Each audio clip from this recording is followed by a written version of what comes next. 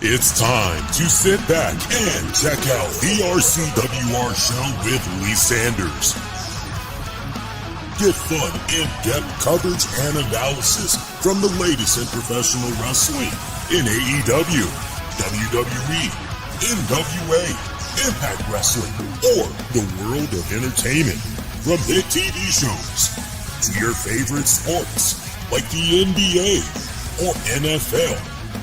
All things music, movies, and beyond, while trying to make sense of this crazy world we live in.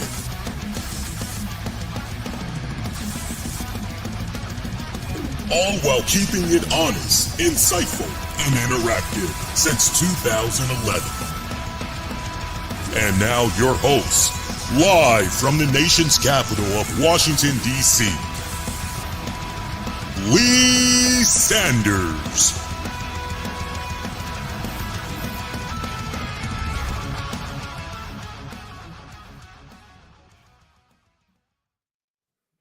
Hey, my pretty babies, what is going on? Lee Sanders with you guys for this Sunday afternoon, December 15th, 2024. No need to just go, wait, what's going on here? What happened? No, we polled you guys a couple of days ago because the last show that we ended up doing was on Wednesday. And I gave you guys a heads up that I was going to put a poll out, wanted to know if you guys wanted me to cover Saturday night's main event. Wasn't able to cover it immediately after it went off the air, as I was with my wife down in Virginia for a get together that her job did. It's the usual Christmas party. So I pretty much, when I got there, I said, look, just take me over to the bar. Let me enjoy a couple of drinks. Let me watch some of the games that's on, and I'll come around and I'll say a little hello, do a little quick drive-by. But I mainly was trying to finish up working on some papers for a lot of my classes, as I'm into the final stretch, because this is basically finals week. And so I really wanted to spend as much time as possible just, okay, that's done, let's turn that in. Okay, that's done, let's turn that in. So she was a sweetheart about it. She totally understood. But, for the most part, that's what was going on with me Saturday night. And I was lit. I'm not going to lie to you guys. By the time it was all said and done, I came into this house definitely lit. So I'm glad. Although that probably would have been very interesting for you guys to see me lit trying to talk about Saturday night's main event. So no, polled you guys. Y'all said, hey, if you can, do it Sunday afternoon. So that's what we're doing right now for you guys. Yo, gotta say, love the show. I love the show. It was one of those things where, and it's interesting because I'm looking at things now with another set of lens.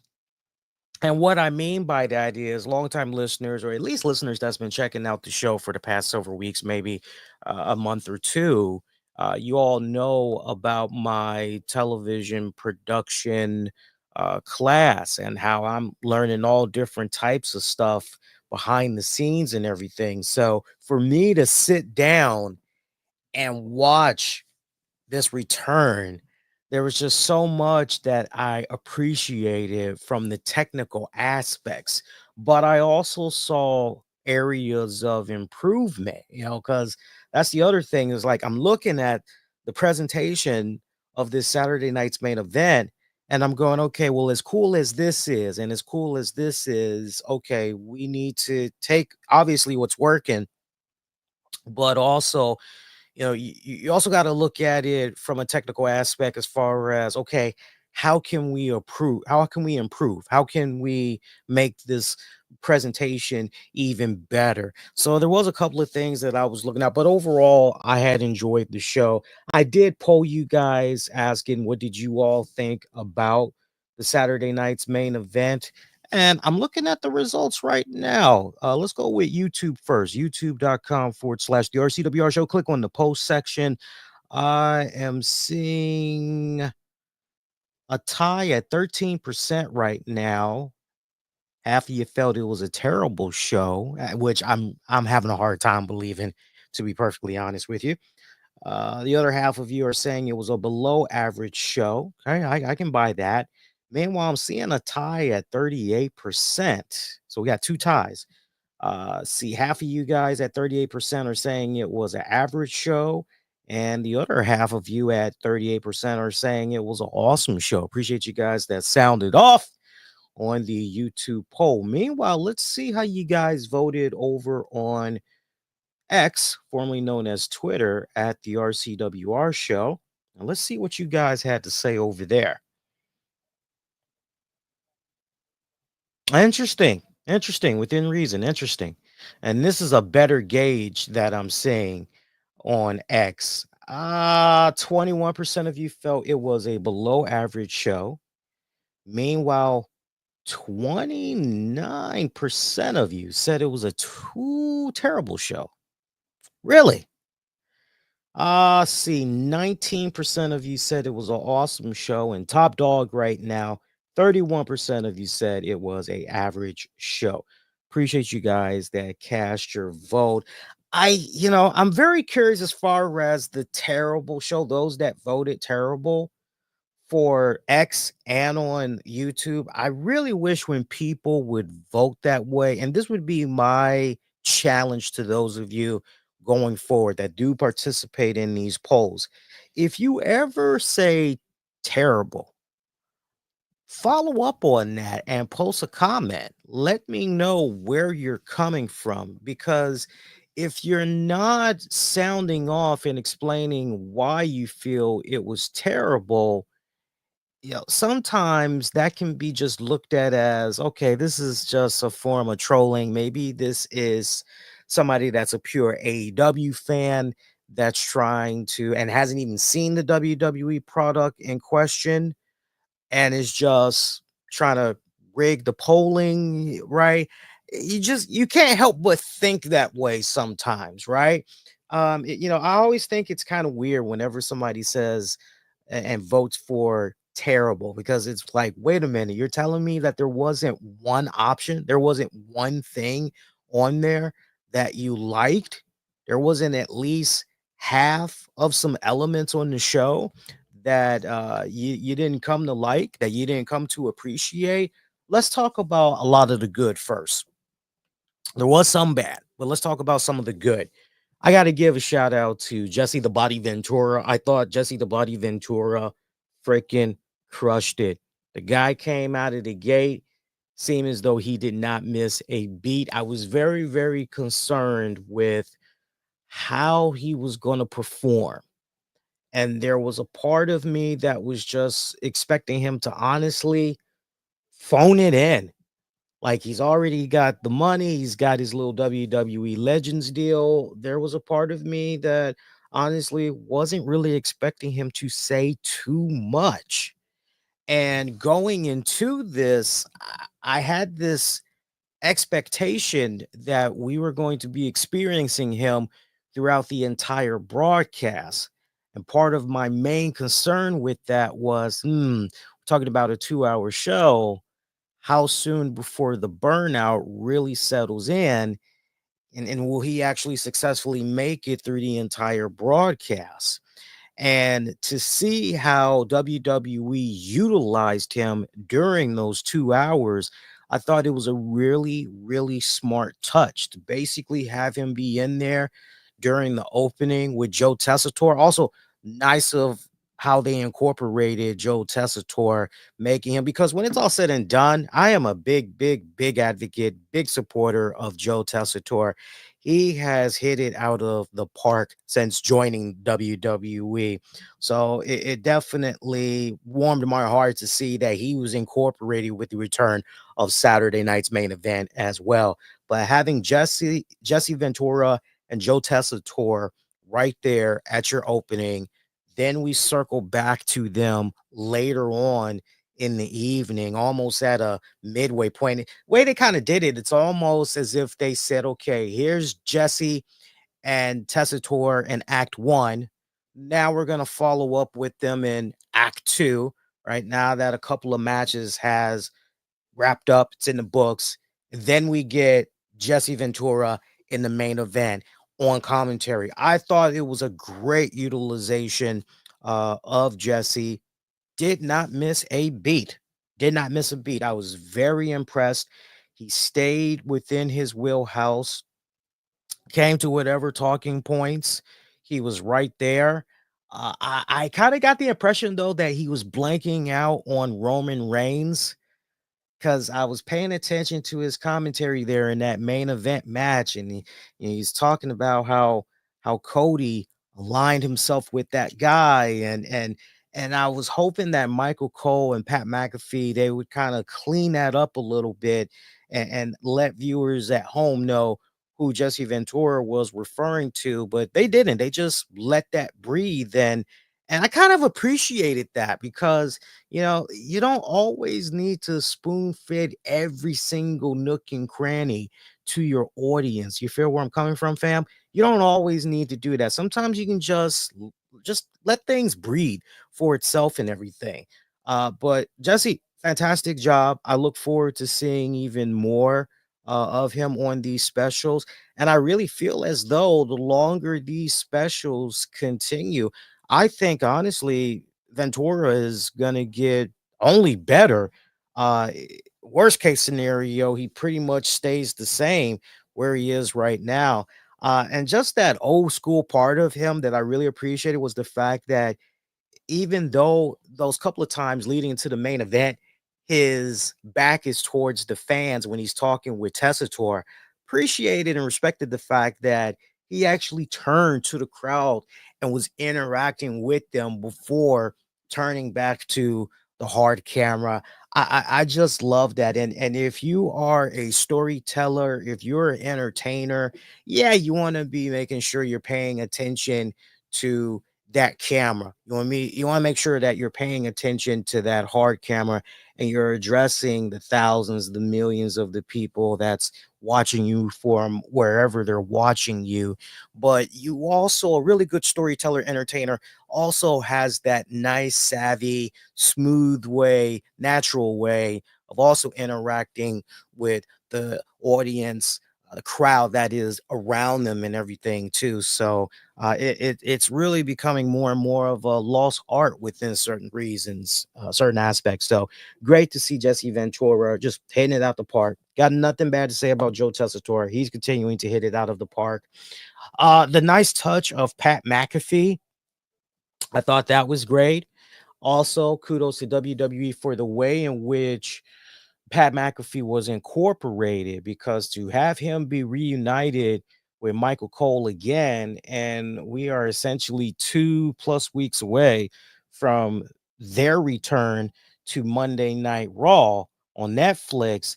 I thought that was pretty much a nice little preview that we got on Saturday night's main event, with those two at the helm and everything. So strategically, just everything really, really smooth, very, very smart. The let's talk a little bit about the technical aspects. Don't worry, we're gonna get into the matches and all that as well. But the technical aspects, I really appreciated the panning, uh, all the great camera work that was being incorporated. There was even some new live recording aspects that I saw from this broadcast where I said, "Oh, I don't see them play around with this on SmackDown, NXT, and Raw." Well, I kind of like what they're doing right there. That looks really good. They should definitely, kind of stick to that.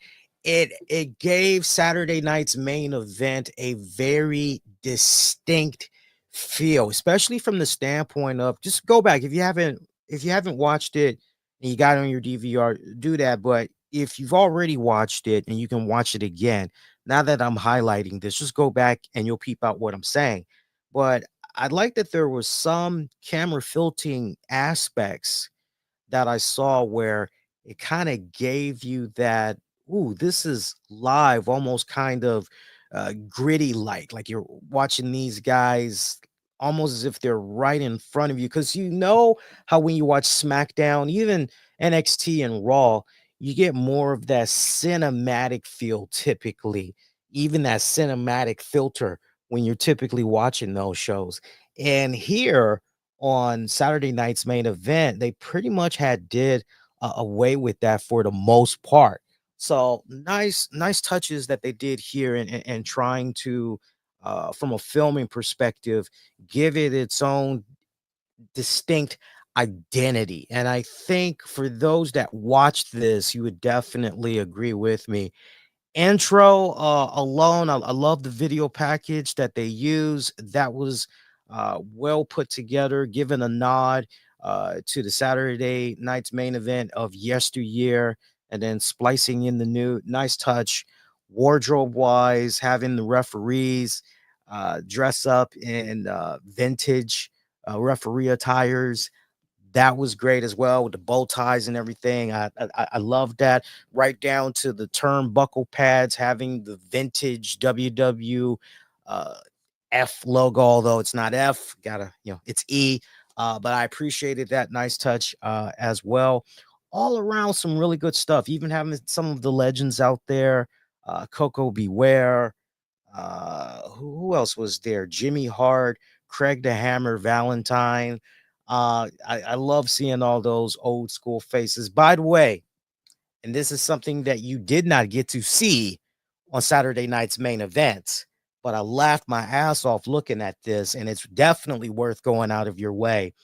But to see Peter Rosenberg interview CM Punk, and I can't think of the girl's name, but the brunette chick with the creepy looking eyes. I always forget her name. Uh, is it Jackie Redmond? I hope I don't have my women mixed up. But anyway, I love seeing Peter Rosenberg get owned by CM Punk, because Rosenberg starts talking about wrestlers and their move sets, and CM Punk jumps right on him and says, please don't say that. Don't refer to it as. And he pretty much tells him straight up, it makes you come off like you don't know what the hell you're talking about. It makes you come off like a straight up mark. And, he's like, when have you ever heard a wrestler, refer to their, moves or whatever? Like, when have you ever heard them say wrestling move set, move set? So Rosenberg just awkwardly trying to laugh that off. The other thing that was noteworthy, and this involves Rosenberg again, is the fact that Rosenberg going on and on about Coco Beware, and then has the audacity to try to do this campaign where he wants to encourage WWE to induct Coco Beware in the WWE Hall of Fame already, saying it's long overdue. Let's make it happen already. Well, Peter Rosenberg, boy, I tell you, that's some pretty sentimental. That's some emotional stuff right there, my guy. It really is. There's just one thing with that. Coco Beware was inducted in the WWE Hall of Fame 15 years ago. I laughed my ass off big time. I'm sick because I'm going, wait a minute. Like, you're trying to tell me, like, dude, I can't tell you how my mind exploded on this. Seriously, I cannot tell you, because let me let you in on a little bit of a secret here, okay? With some of these, with all of these TV shows, let's just say TV shows for the sake of the argument, I've learned quite a bit this semester in my television production class. And one of the things that I learned the most by our technical director is, okay, where's your script? And when I say script, I want you guys to understand something. Now, you will have some scripts be given to the technical director so they can pretty much upload it in the teleprompter. And if you want to follow that script verbatim, like, you're more than welcome to knock yourself out. But the whole purpose of having some type of a script, and you give it to your technical director and it's pretty much uploaded in a teleprompter, it's just basically a guide. It's basically to help keep you on your toes, make sure that if by chance you happen to have a brain fart, I mean, you're already looking right at the camera, your teleprompter's right there. You can easily just rejog your memory and boom, you can go right along. And you're typically told beforehand, okay, look, this is what's going on with your segment. It's going to last X amount minutes long. FYI, make sure you're hitting these main important points. And look, if your script that's uploaded in the teleprompter tackles all of those points, then you can just pretty much with the teleprompter. Or if you're going to go improv, that's fine too, but it's always encouraged that you at least have in the teleprompter some type of bullet points to make sure that you are staying on track. And so I'm looking at what Peter Rosenberg said there. I'm going, okay, man, is this a case where there like was just no script whatsoever, not even bullet points, and they were just going out there killing freaking time? Because if that was the case, that is a prime example of, yeah, you really want to make sure you don't put yourself out there in that type of a position because you're going to make yourself look like a dumbass. And that's exactly how Peter Rosenberg came off. And it was one of those moments where I kind of cringe. It's very rare I cringe on Peter Rosenberg because I can tolerate him more to a degree. I can tolerate him more than Sam Roberts. Personally, I don't want either one of them. Personally, give me the busted open guys. I'd rather have the busted open guys or insert like whoever. But if I can have it my way, I don't want Rosenberg. I don't want Roberts. I want somebody else. But yeah, go check it out if you haven't already. Some really hilarious stuff right there. But I just shook my head going, Peter. If I could just have Peter as the floor manager, I'd pull him to the side afterwards and go, and what did we learn from that segment? Right. And I'd be waiting for him to say, if you're not sure about something, don't speak on it. Exactly. Right. Exactly. So I wish it had more of a old school type feel. I mean, they had certain aspects, right, which we already highlighted, but they were missing so much more. I really wish that we could have had like backstage interviewers, wearing vintage outfits, tuxedos or whatever, and maybe talking with some of the talents, maybe even talking with some of the WWE legends and getting their thoughts about the event so far and everything. But maybe all of that will come in due time and everything. This television production, very, very tight on the time. Did you all notice that? Very, very tight on the time. This was obviously, despite the fact that it was a live show with several elements pre-recorded, right, for obvious reasons.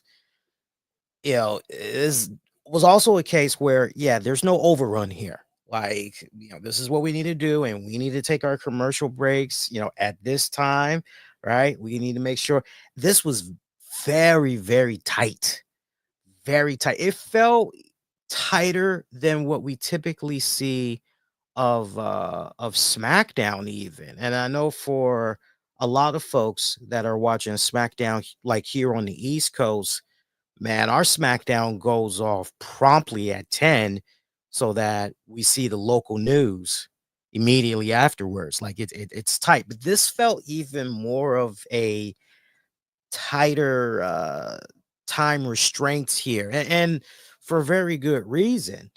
Let's talk about some of these matches, by the way, in no particular order, mind you. Chelsea Green capturing her first singles championship in the WWE by becoming the inaugural United States Women's Champion. Loved it. Loved it. I just, and if you were checking out the shows earlier in the week, we did go over preview and predictions. And I said, yo, I'm definitely eyeballing Chelsea Green. And I got to literally word for word pull out of my playbook what I said exactly. This is a woman that ever since she arrived in the WWE, any and everything that has been asked of her, she has done it and then some. She has taken, I got to use the phrase, but she has taken chicken shit and she's turned it into chicken salad. Delicious chicken salad at that. And so for me, I felt that it was a no-brainer. Chelsea Green. I was having a hard time picturing Bailey. I'm going, no, Bailey right now. Bailey needs to go on hiatus because Bailey, I mean, she looks great and everything. She really does, but it's just time for her to go away for a couple of months and maybe shake things up, kind of take the character in a new direction. There needs to be something fresher going on with her. And look, that's no fault of hers. She hasn't done anything wrong. It just happens from time to time. Sometimes, it's kind of funny. It's kind of funny because I remember back in the day when I used to be a big fan of soap operas. You'd get to a point where, man, it seems like they're not really doing anything with this character. Maybe it's about time that this character takes a leave of absence. And right when you start thinking that, they come up with this really cool plot where the character is taken off television for a couple of months. And whether it's a case where there's contract issues or it's a case where no, this is that time where they usually will go on vacation and they got some personal stuff that they need to do anyway. So yeah, they're going to be gone for a couple of months. Usually the timing is just perfect when that viewer is starting to feel like this character is starting to feel a little bit stale here. It's starting to feel a little bit what are we doing here? Because it kind of feels like they're not really doing anything with them. So that's the point where I'm at with Bailey right now. Tiffany Stratton was definitely somebody I was eyeing that could potentially. By the way, I polled you guys in regards to Tiffany Stratton because I did check out what was going on with Friday Night SmackDown and the little verbal run-in she had with Candice LeRae. And there was some type of an exchange there where Candice LeRae used the word speed. I can't remember the exact phrasing, but it kind of seems something along the lines of, Tiff, let's just face it, you don't have the right speed to be a champion just yet, or something along those lines that she said. And it made me wonder if maybe, just maybe, seeds were being planted to have Tiffany Stratton, maybe cash in that Money in the Bank briefcase on Candice LeRae and become the new Speed Women's Champion. So I had polled you guys wanting to know, hey, am I on to something here, or are things still in a case where, no, she's still eyeing Nia Jax's championship? So I polled you guys, and check this out. And the exact joint that I posted, I said, Candice LeRae said maybe singles championship isn't her speed, Tiffany's speed. Is that a hint that Tiffany Stratton going to cash in on LeRae, right? So I give you guys a couple of options. Final results. 5% of you said it's possibly, let's see. 95% of you said, nah, Tiff is getting Nia Jax's title. So shout out to you guys that has sounded off on that. But I'm looking at this United States Women's Championship. I'm going, well, Chelsea Green for sure. And if not Chelsea, then Tiff. So to see Chelsea, and it warms my soul. And I'm not just saying that. I have checked out Chelsea Green's work from her TNA days. And I've been very consistent about this, and longtime viewers, especially those that remember my TNA reviews way back, I wasn't always a fan of Chelsea Green's work.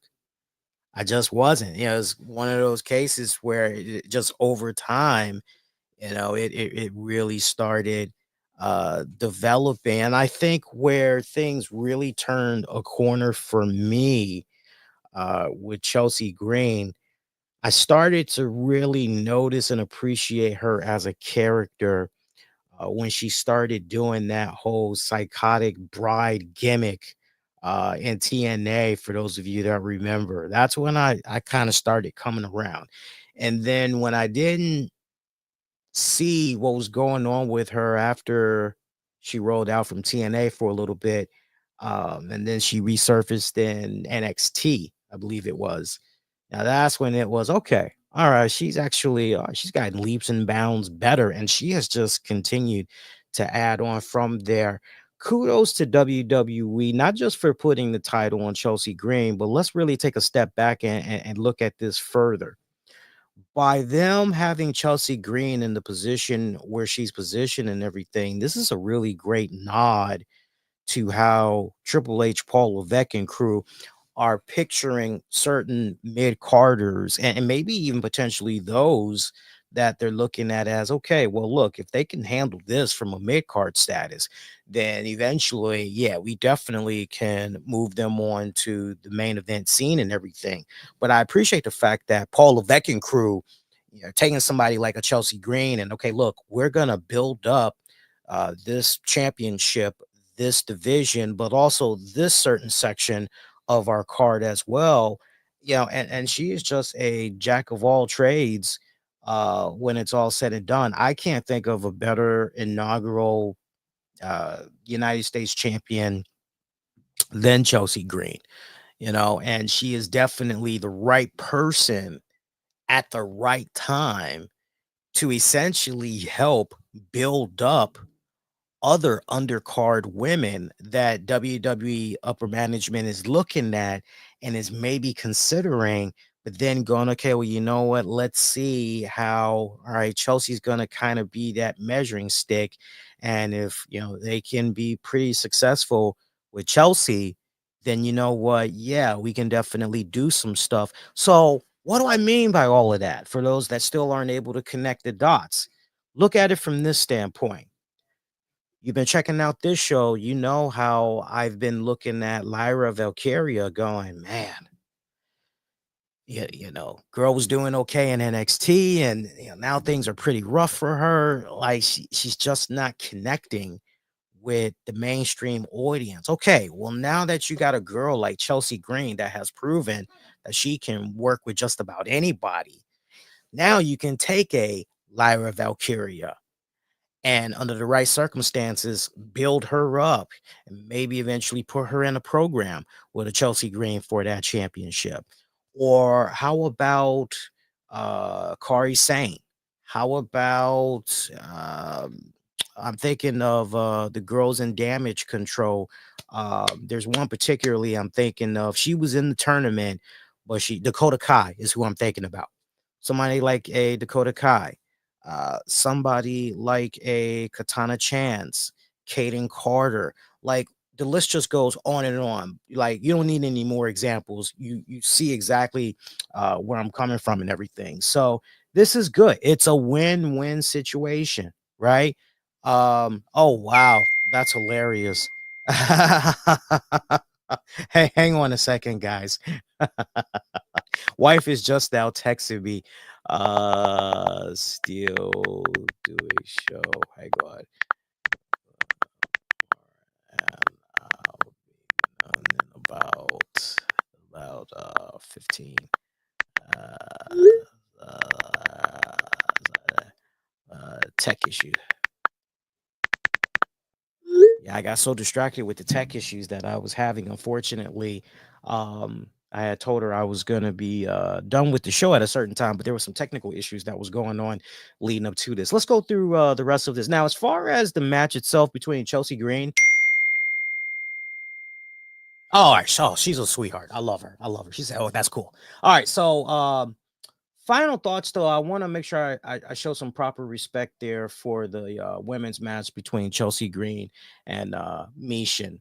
Um, some rough parts in there for sure, but what a huge reaction to Chelsea Green winning that singles title, right? And I think when you go back and you look at that reaction from the crowd, they too recognize, this girl has been putting in the work, for such a long time and everything. Now, how it all is going to play itself out, that remains to be seen. You know, Solid match, rough around the edges though. But I'll tell you what, it was good. It was good. I can't really crap on this one. Now, let's talk about that other women's match. Liv Morgan taking on EO Sky.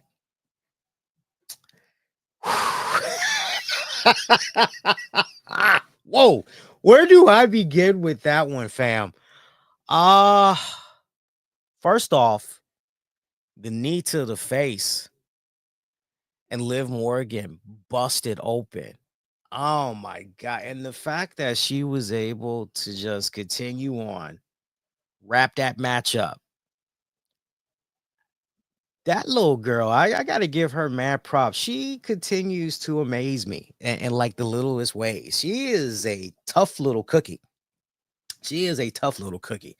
And she's continuing to earn my respect. She really, really is, because to Jesse Ventura's point earlier, uh, right before they went to the next match, he said something along the lines of Dominic knows how to pick his women and all that. But he also said, look, that's a tough girl. It's like anybody else would have probably went on ahead and no, I don't think I can continue, or hey, I need a referee, I need the EMT to check on me here, right? Because like legit, when you look at that knee to the face, and that was just one of several botches that was going on in that one. That one was, I personally feel that match for the World Women's Championship was more sloppier than Chelsea and Mishin.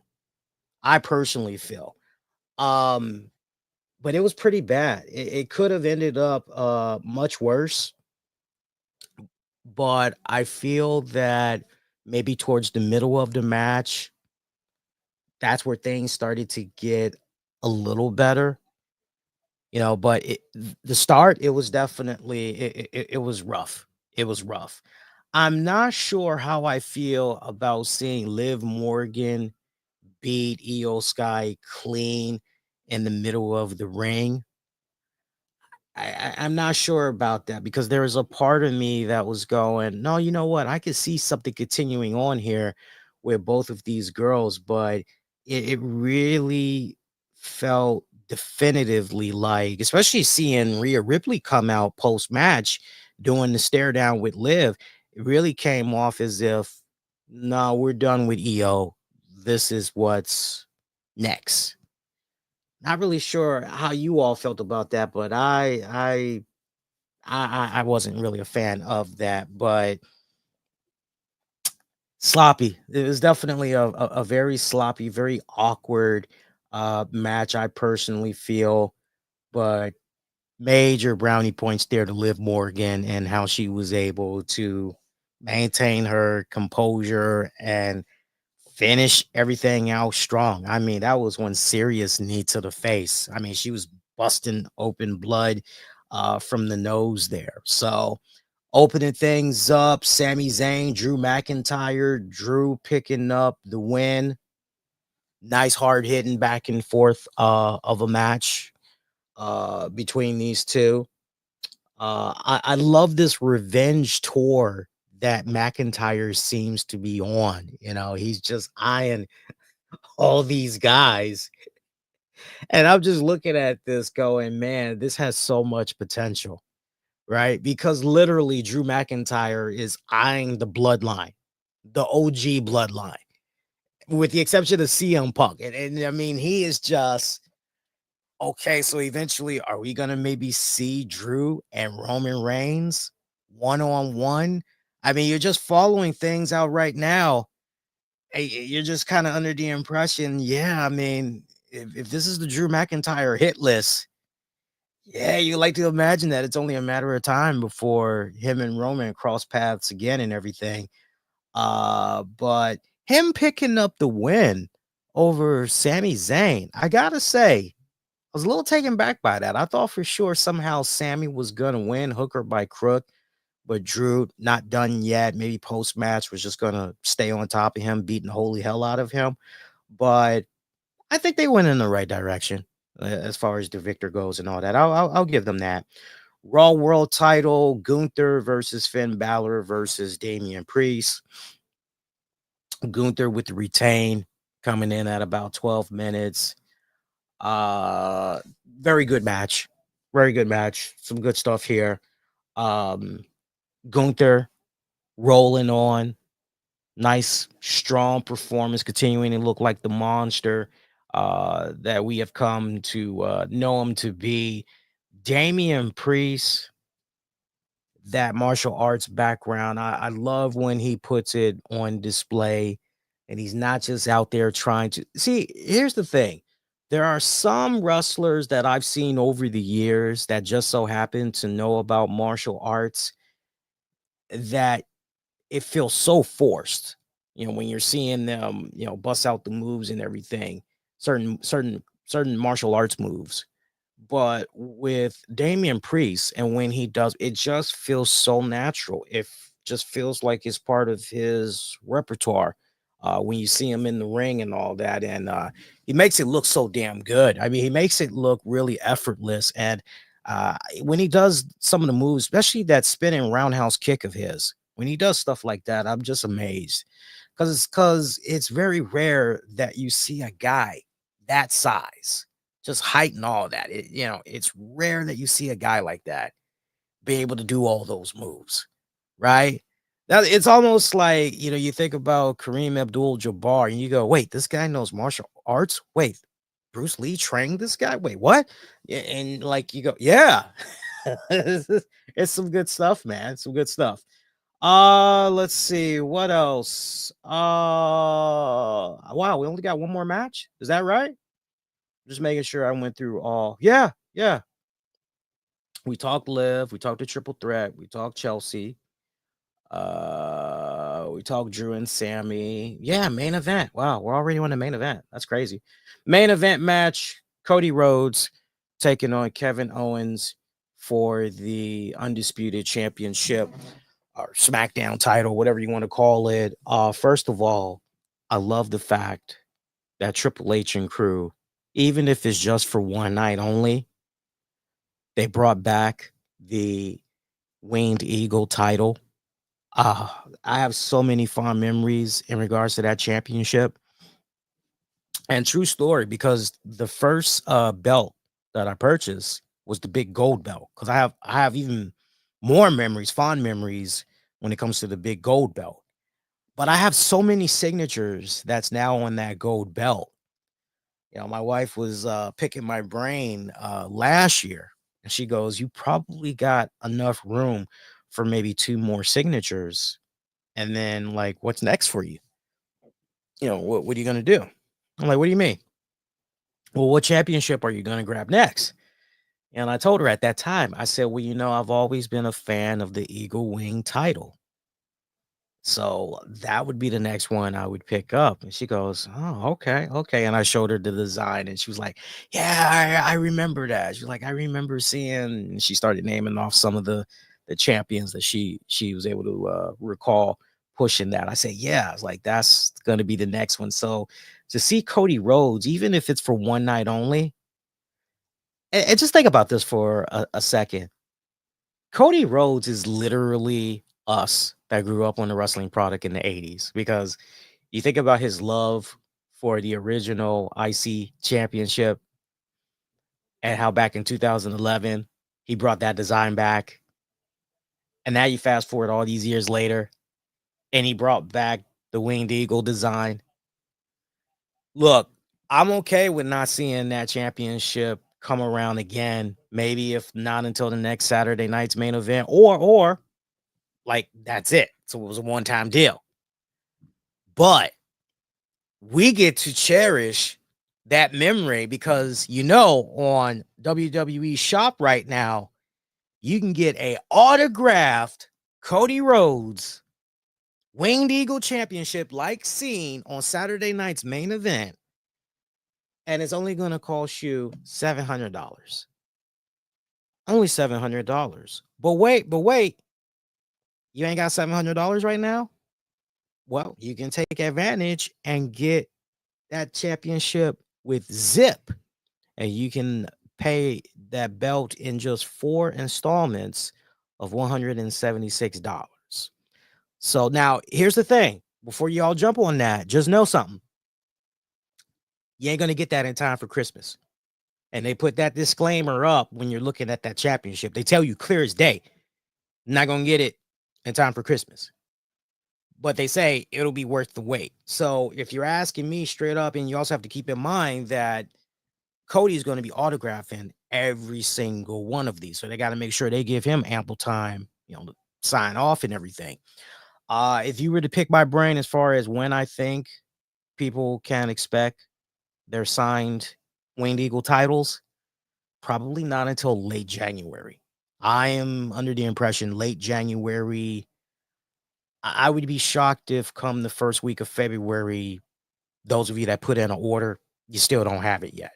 So, but I'm estimating late January is probably when it's going to happen. So I definitely would say get on top of that while you guys can. Am I going to purchase one? Well, while the supplies last, if I can, I will gladly, because I mean, what a great way to kick off. Um, what's the right words that I'm looking for? You got to forgive me, fam. I'll have the right words in a second. But what an awesome way to kick off going to meet and greets and autograph signings and all that. Then you have that championship belt and you've got Cody Rhodes autograph on it. Not no reprint. He actually takes the Sharpie to it. It's an original. I mean, that's a great way out of the gate. That is badass. That is simply badass. And it's actually a steal. It's actually a steal, I personally feel, because paying attention to just the prices for these replica belts, and then on top of that, trying to obtain a wrestler's autograph, and in this case, a current world champion, that is like really, really hard. Like in most cases, you would see a situation where for this same belt that we're talking about right now, and you aren't on top of that, mofos are probably going to be commanding 1,500 to almost $2,000 for that, and they haven't even talked about shipping yet. So it's actually a pretty damn good deal when it's all said and done. This was a good main event, way to close out the show and everything. I love the fact that we went through not one but two referees. We also had a steel chair that was involved, which Kevin Owens introduced, but he never was able to utilize it properly. And then without the referee seeing it, Cody Rhodes was able to use Crossroads on Kevin Owens to retain the championship. And I love Jesse Ventura's commentary on this. I mean, he was losing it. And also something else I don't think a lot of people are going to touch upon. But I love the fact that when all the action was heading over to the announcer's table, Jesse Ventura is sitting there the entire time. You got Pat McAfee and Cole. They're like, oh, yeah, they're moving around and everything.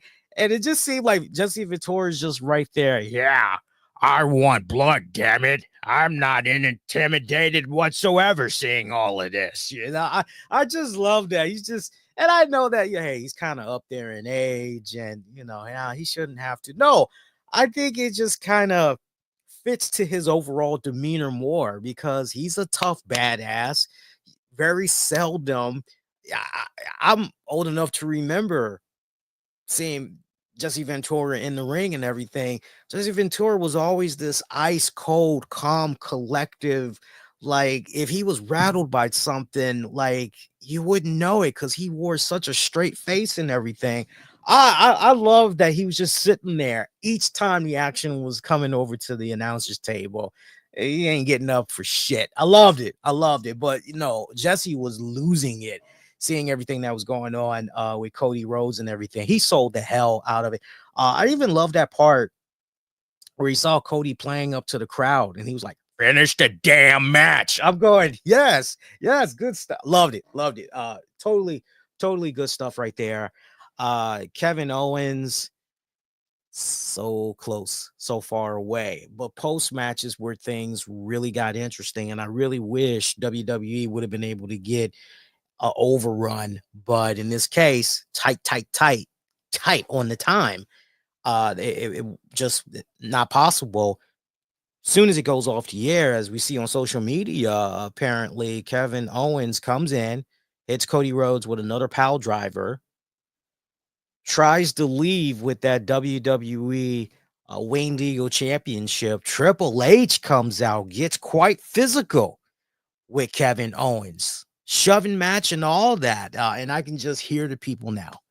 Oh, does this mean Triple H is coming out of retirement? Does this mean Triple H has one more match in him? Does this mean Triple H is no, no, no, no, no. It's just all about the story arc. That's what it's all about. It's just all about the story arc. And I cannot wait to see Kevin Owens on the next edition of SmackDown when he interesting. I can't wait to see Kevin Owens jump out there on the next edition of SmackDown and single out Triple H right down to the point. I wouldn't be surprised if maybe Triple H even comes out to verbally confront him. Understand, Triple H might not be able to do a match, but Triple H can still take a bump. I'm not seeing no pile driver or nothing like that, but I can see him taking a stunner. I can definitely see him doing all of that stuff. But I don't think it's needed. But as far as just character to character, and I think I'm on to something because let's not forget, remember years back, Triple H betrayed Seth Rollins in favor of putting the championship on his boy KO. Remember that now. Remember that. So, how soon we forget, and I can see Kevin Owens somehow looping back to that moment. And what the hell? Like I thought if anybody will understand where I'm coming from, it would actually be. And let me tell you something. I'm going to take this a step further. And I haven't really seen anybody talk about any of the stuff that I'm laying out right now. I can see Kevin Owens becoming such a bitter bitch over Triple H. Basically, okay, you've got your favorite pick now. You've got your favorite son, which is Cody Rhodes. Well, look at what the hell I did to your favorite son. What are you gonna do now, old man? Ha. I can see him egging Triple H on, getting so physical with him, trying to literally hurt Triple H. That's when Randy Orton makes his return because Randy and H, they've been boys for the longest. Orton comes to nice big pop from the crowd, saves Triple H at the right moment. That's what's going to go down. Look, I could even see, and I would even encourage WWE to do this. Triple H, Paul Levesque, and all of them. I would even encourage Kevin Owens this coming SmackDown. Come out there, talk his trash. Triple H come out there, talk the trash. Maybe even put some type of a little challenge out there. Like, you got that much of a problem with me, old man? Come see me in the ring. I could even see something along those lines. I could see Triple H kind of playing up to that, but kind of backing down a little bit. Kevin Owens egging him on right down to the point it ends on such a cliffhanger that the fans are wondering, wow, is it possible? Is Triple H maybe going to get back in the ring here? Like, and you can kind of for a couple of weeks, and then if you then want to do the swerve, go to Randy Orton route because Triple H basically reveals, look, like there's no way, but I know a guy. Okay, slide in Randy Orton that way. But my whole point, WWE's got some options, but it kind of comes off to me that maybe Cody Rhodes will be off television for a couple of weeks, and you can easily have Randy Orton just slide right in there, right? Because we've heard Randy's name dropped a couple of times that you're kind of under the impression at this point, yeah, Randy's getting ready to resurface here and all of that. For a free special, on regular TV don't get any better. I mean, this had great energy all around. I enjoyed the presentation of it all around. You could tell that WWE really, from pre-production work to everything that played out live, you could tell that WWE, really wanted for this to feel like a big, entertaining spectacle of an event. You could tell that there was a lot of energy, that there was enthusiasm put into this as opposed to the last Saudi show that we just saw, which just felt like, let's just put this shit together. And let's just throw this together already. And let's just get this over and done with. I loved it. I loved it. The talent, everybody seemed very energized, fired up and everything. I'm glad that we're going to be seeing this pretty much on a quarterly basis. Nice little novelty act that they're doing here. Uh, Biggest takeaway for me though, Jesse Ventura. I mean, I was expecting, you know, eh, he did what he could. I was ready to come on here and say that, but Jesse hit it out of the damn park. Absolute delight. I loved it. By the way, some fun trivia. That jacket that Jesse Ventura wore, that is the same jacket he wore for the Hollywood premiere of Predator. Believe it or not. The same, very same jacket. I mean, how things just pretty much come full circle. Very, very interesting. So there's your Saturday night main event review. I know there were those of you that voted. You said you wanted a main event post show. There you go. It's in the books. I promise you guys, the next time they do this, I will be live after it goes off the air. So I'm looking forward to really sitting down in real time and experiencing it with you. I can only imagine how it was in real time. But no, this was a really good presentation. Thoroughly had enjoyed this. Loads fun. Loads fun. I tell you, the same feeling that I had going into this show, almost the same kind of enthusiasm and just positive energy that I had when AEW Collision first started off. And now, we kind of see where things are, sadly, with Collision. Most importantly, with Rampage, as that's about to ride off into the sunset. It's unfortunate, I know. Next edition of the RCWR show is going to be dropping Monday night, December 16th, 2024. We'll drop that episode 10:05 p.m. at Eastern, minutes after WWE Raw goes off the air. We'll be talking Raw Fallout and so much more. So make sure you tune in for that. Going to be good. Meantime, be kind, rewind. Check out previous episodes you might have missed on demand and on the downloads, wherever you get your podcast. Just search the RCWR show. We got episodes available for you all. What we got? We got the iTunes, we've got iHeartRadio, we've got Spreaker, we've got Amazon Music, YouTube Music. Just search the RCWR show. Shout out to our sponsors. Love you guys as always.